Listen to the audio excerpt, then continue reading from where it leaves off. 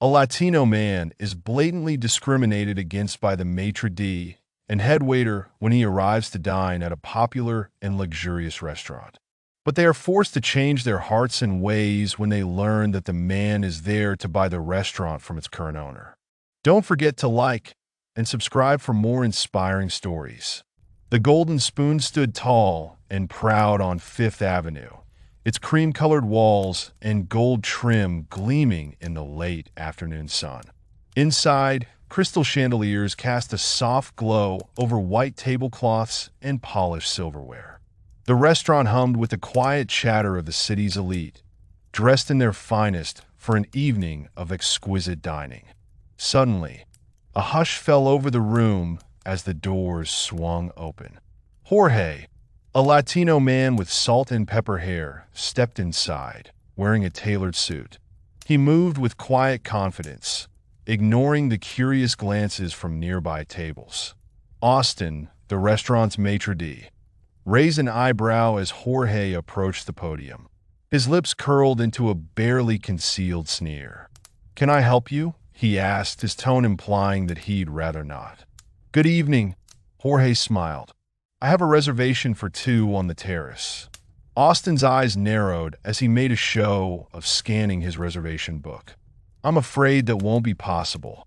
The terrace is fully booked for the evening." "Is it?" Jorge asked, his voice calm but firm. "I made this reservation a week ago.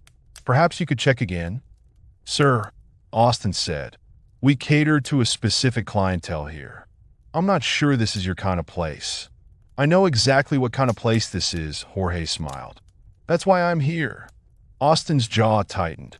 He glanced around the dining room before gesturing to a table near the kitchen doors. "We have a table available there," he said sternly. "Take it or leave it." "I'll take it," Jorge said, following Austin to the table. Once Jorge was seated, Austin disappeared into the kitchen.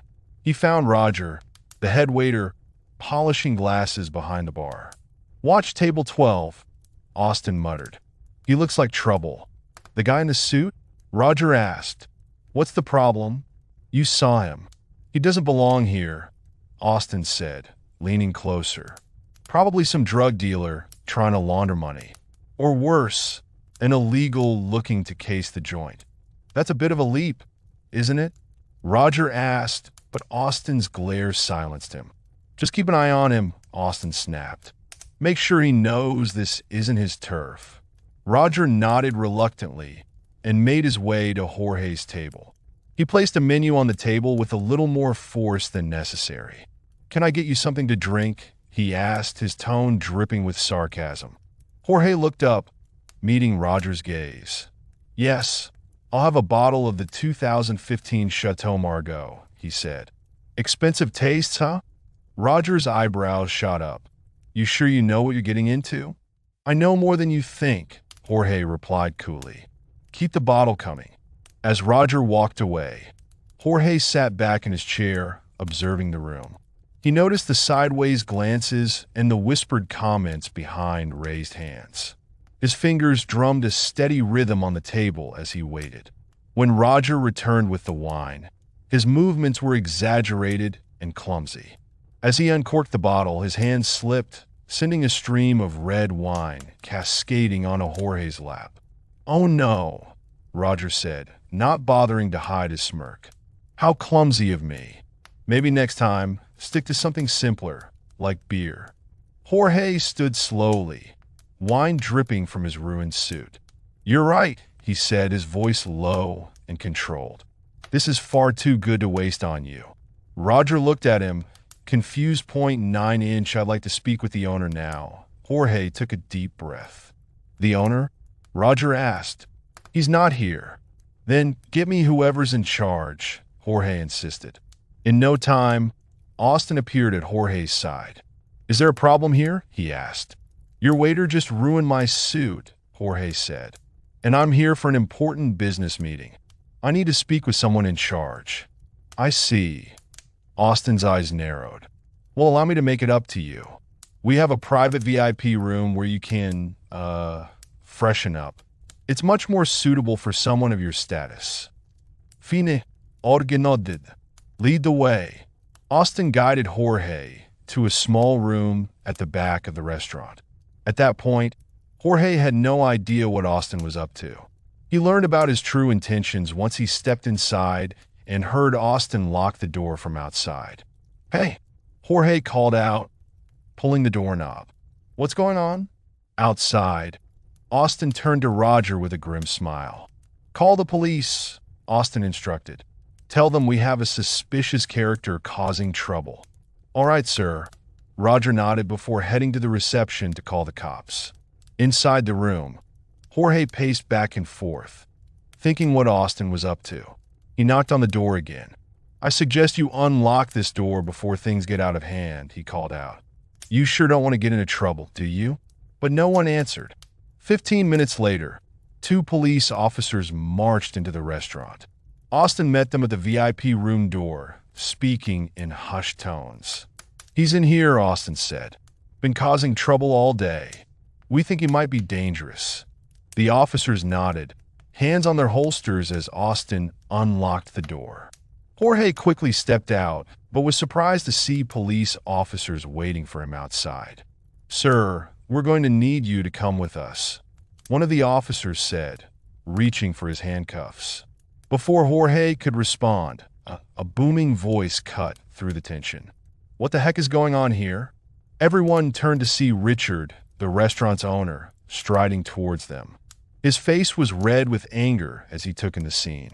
"Richard," Jorge said, heaving a sigh of relief. "I'm so glad you're here. There seems to be some misunderstanding. Your employees have called the cops on me."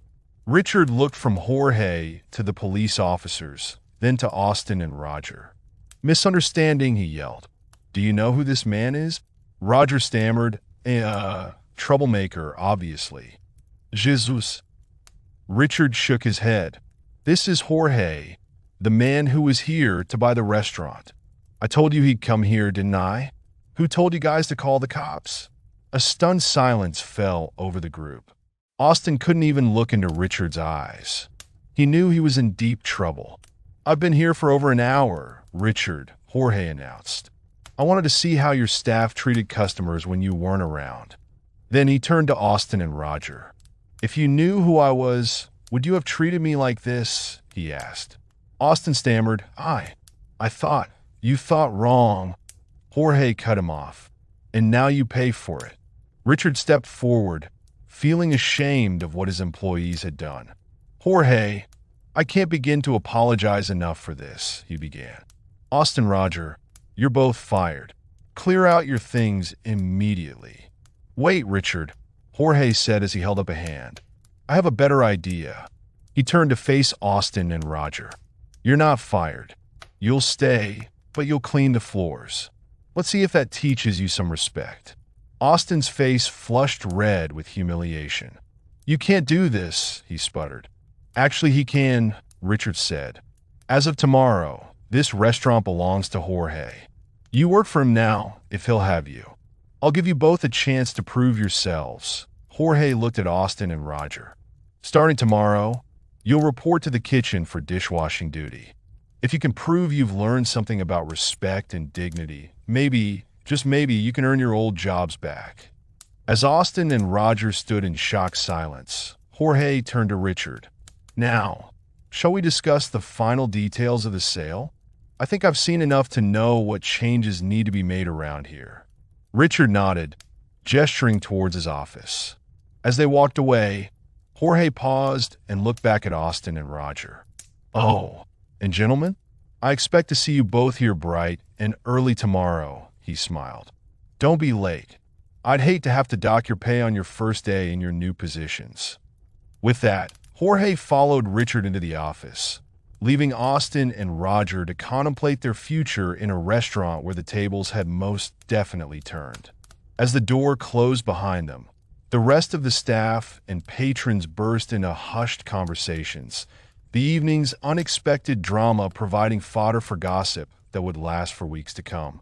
The Golden Spoon would never be the same again, and for many, especially those who had long felt unwelcome in its gilded halls, that was very good news indeed.